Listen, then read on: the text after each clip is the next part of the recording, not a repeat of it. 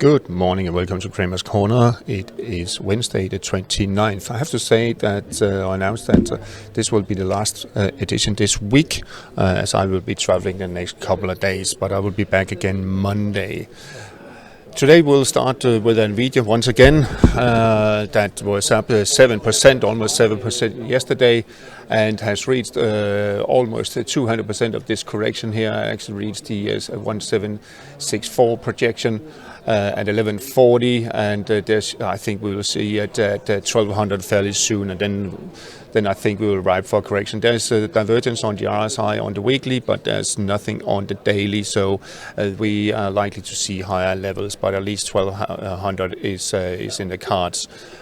On the S&P 500 didn't give much help to S&P 500, really just still a top and reversal pattern. It is bearish engulfing here. 53.42 is the key level that needs to be taken out for that to be cancelled, and 18,908 needs to be taken out, and Nasdaq needs to close above that for to extend the uptrend and cancel this top and reversal pattern. Maybe Nvidia can help with that, but let's see. It's actually on a knife's edge at the moment. In the European markets, EUROSTOXX 50, European markets in general are fairly weak at the moment, except from AX, but it's starting to look a little bit stretched. EUROSTOXX 50, I expected to see dip down to 4,971, possibly lower. Key support 4,800 is 4,890. Sorry, that is the really key support that should be observed. If it takes out that, well, then we are in a bearish trend. On the on DAX, couldn't take out its all-time highs here at 18,893. I think we'll see a correction also down to around 18,260, possibly down to 18,110. But again, if it takes out its peak here, well, then we'll have a new high. Amsterdam is still holding on really strongly, and keep an eye on the support at 905, or the low from that little massive buying spree there, so to speak. If it takes out that on the downside, well, then we will also have a correction unfolding. CAC is actually unfolding already, almost reached the 786 retracement. Key support down here, 7,900. If it takes out that, well, then we are in a bearish trend, and we will be below the cloud supporting that scenario. But let's see, we are still in a positive sentiment, but if it does close below 40 on the R side, then we are also in a negative. Then the selling pressure could continue. We can also see we have a bearish engulfing here, taking out these 2 days, previous days, positive move. So really heavy on the CAC40. Swiss markets also bearish engulfing there yesterday. We are currently testing the 11,800 previous resistance now as support. If it closes below that, well, then we can see a further selling pressure down to around 11,600 level. On the FX front, and euro dollar got rejected at 108.85 once again, and I think we could see it sliding lower towards the 108 level, where we have some strong support. So could be caught range bound in this range here. Really needs a trigger to break either bullish or resuming bearish. Still positive sentiment on the RSI, no divergence indicating we're likely to see higher euro dollar levels, but I do need a close above 108.85 for that to be confirmed. So this we have talked about the past few days on euro sterling, around 85 level, 84.90.95, and this morning it has dipped below. We are still trading below. If we continue to do so throughout the day and ending the day down here, well, then suddenly we are in for more downside potential towards 84 and 83.40 level. I don't have any support until around those levels here, 84 and 83.40. If it can close back above, well, then we could see a bounce, but let's see that when we get a little bit closer to the end of the day. Cable spiked to 128, basically spot on, and then got rejected. I would expect a little bit of a setback down to around 127. I will actually take that support line and then place it around here, around 126.70. If it breaks below that, well, then we can see sell-off down to 126. Move above 128, well, then we're looking at 129. But for now, expected a little bit to the weaker side. Dollar yen really struggling. I mean, it did close yesterday above the 61.8, and it should have potential up to the 786 retracement at 158.45, 47. And there's no divergence on the RSI, despite it's really struggling. But it does indicate we should see dollar yen up there, but it's really struggling at the moment. Euro yen rejected at the or reached the 161.8 projection of this little correction here and got rejected, possibly sliding back a little bit lower, but I think we'll see it pushing higher in the coming weeks. However, we do have some RSI divergence. This value here is lower than this one, but this had a higher close than over here. So maybe a little bit stressed here too on that yen pair. So if it can't take out the peak from yesterday, well then it can't really push higher. Aussie yen almost reached the 105 level, just a few pips from it. Also looks a little bit topish, but as you can see here, the RSI actually is above the above falling trend line, indicating we could see another push higher if it takes out previous peak at 105 and a change.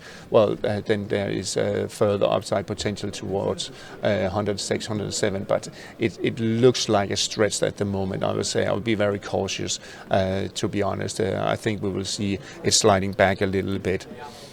Sterling yen also reached its previous peak at 200.65. I would expect a correction from here. You see RSI divergence. This value is lower than this one, but we had a higher closing prices here than here, indicating the uptrend is in exhaustion mode. And I would say I think we'll see a correction a little bit lower, possibly down to, let's have a look at it, where we could actually move to. I wouldn't be surprised if it takes out the lower rising trend line in this channel-like pattern here. Well, then 198.60, but also 197 correction around 197.20 is in the cards. Aussie dollar, you're still an uptrend, higher highs, higher lows, higher highs and higher lows, and so on. It needs to take out the previous higher low here, and we need the RSI back above 60, but we are in a positive sentiment. We should see the Aussie dollar moving higher in coming weeks. We can also see the 55 moving average coming up here, 200 also sloping upwards, only 100 that is lagging a little bit. So the underlying trend and sentiment is bullish. Dollar Canada closed in the clouds, so it hasn't closed below the clouds, which is a bullish sign. If it can get back above the cloud, well, then I think we'll take out this little peak we have here at 137.43. If it does that, well, then we are looking at at 139.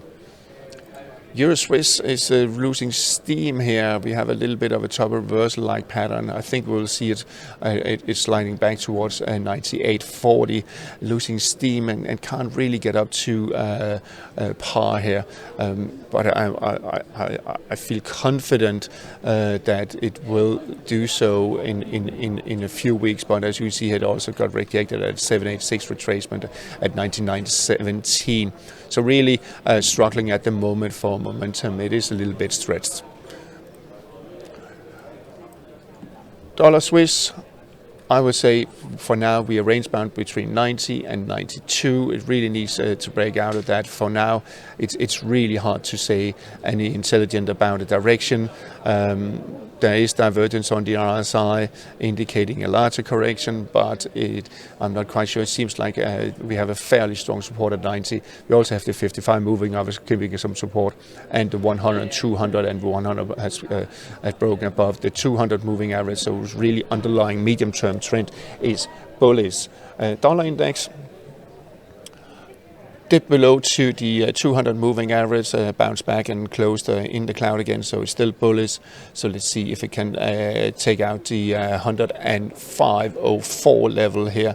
Well, then we are back in bullish trend.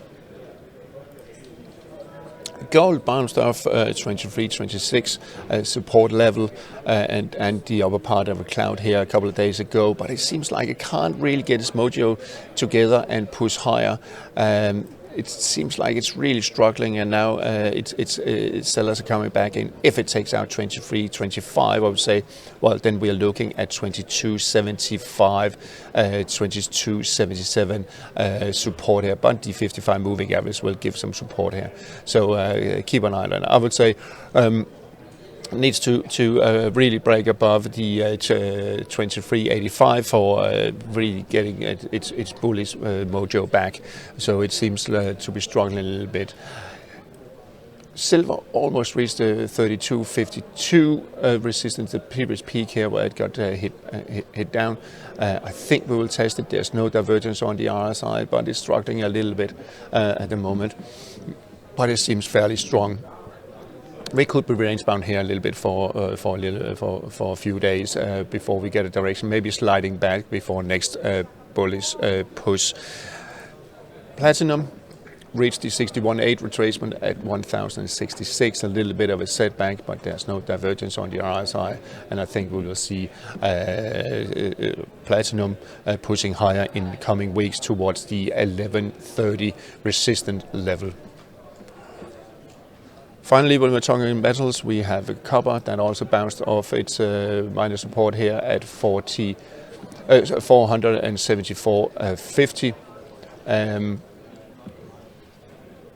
Almost reached the 38.2 retracement at 492.